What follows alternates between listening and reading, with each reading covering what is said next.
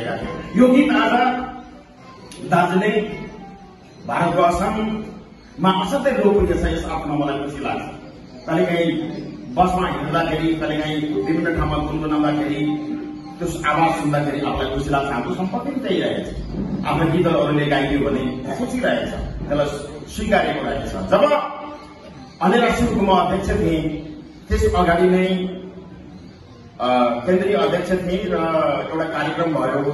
मानी कलन्जो त्यसको महासचिव हुनुहुन्थ्यो, एसियन स्टुडेन्ट एसोसिएसनको मेरी सोही भन्नेहरू पनि आउनुभएको, कोही अस्ट्रेलिया, कोही जापान, कोही चीनबाट, खास गरी फिलिपिन्सबाट उहाँहरू आउनुभएको थियो।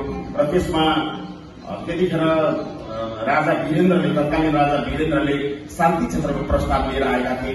शान्ति क्षेत्रको प्रस्तावका बारेमा हाम्रा बीचमा अनेक मतमतान्तरहरू थिए, तर जुन एउटा यस्तो राम्रो प्रस्ताव लागेको थियो हामीलाई, शान्ति क्षेत्रको प्रस्ताव, यतातिरमा जान चाहन्छु। त्यो बेला एसियन स्टुडेन्ट एसोसिएसनमा रहँदा यो गीत अंग्रेजीमा पनि अनुवाद भएको छ र यो भारत र विदेशमा पनि यो गीतलाई गाउने गरिन्छ। त्यसको शब्द र सङ्गीत मेरो हो।